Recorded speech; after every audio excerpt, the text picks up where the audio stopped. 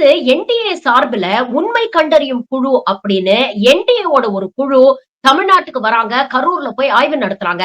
இது முடிஞ்சதுக்கு அப்புறம் பாஜகவுடைய எம்பி ஆன கர்நாடகாவை சேர்ந்த தேஜஸ்வி சூர்யா ஒரு இன்டர்வியூ குடுக்குறாரு. அதுல அவர் என்ன சொல்றாரு, டிஸ்ட்ரிக்ட் கலெக்டரும், எஸ்பியும் நாங்க கூப்பிட்டு பார்த்தோம். அவங்க கிட்ட நெறைய கேள்விகள் கேட்கணும்னு அவங்க 2 பேரும் வரல. அதனால பார்லிமெண்டரி டெலிகேஷன அவமதித்ததாக அவங்க மேல நாங்க ஒரு பிரிவிலேஜ் மோஷன் நாங்க பார்லிமெண்ட்ல கொண்டு வர போறோம் அப்படின்னு சொல்றாரு. எவ்வளவு அநியாயமா இருக்கு பாருங்க. வார்த்தை விளையாட்டுல இந்த சங்கி கூட்டத்தை மிஞ்ச முடியாது. வந்தது என்டிஏ டெலிகேஷன். என்டிஏ கூட்டணி சார்பாக பாஜக நியமித்த 8 எம்பிக்கள் வந்திருக்காங்க. இது எப்படி பார்லிமெண்டரி டெலிகேஷனா இருக்கும்? பார்லிமெண்டரி டெலிகேஷன் அப்படின்னா அதுல மற்ற கட்சிகளை சேர்ந்த எம்பிக்களும் இருப்பாங்கல்ல. இதுல வெறும் பாஜக எம்பிக்கள் தானே இருக்கிறாங்க. அப்புறம் எப்படி என்டிஏ டெலிகேஷன நீங்க பார்லிமெண்டரி டெலிகேஷன் அப்படின்னு வேணும்ட்டே திரிச்சு பேசுவீங்க?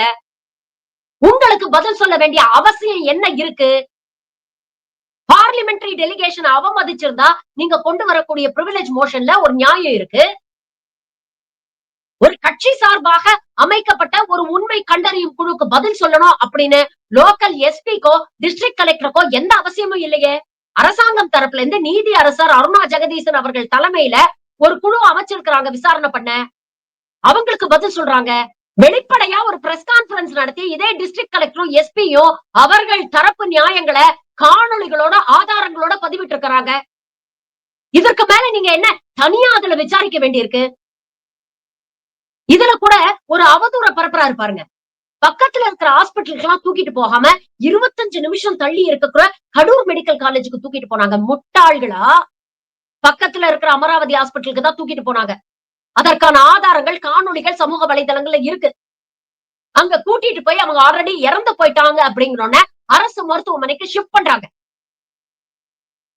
அமராவதி ஹாஸ்பிட்டல்ல மொத்தம் 6 ஐசியூ பெட் தான் இருக்கு. வரவங்களுக்கு போதுமானதாக இருக்காது. இன்னும் நிறைய பேர் வந்தா என்ன பண்றது அப்படிங்கிறதுக்காக இறந்து போனவங்களை மெடிக்கல் காலேஜுக்கு டிரான்ஸ்பர் பண்றாங்க.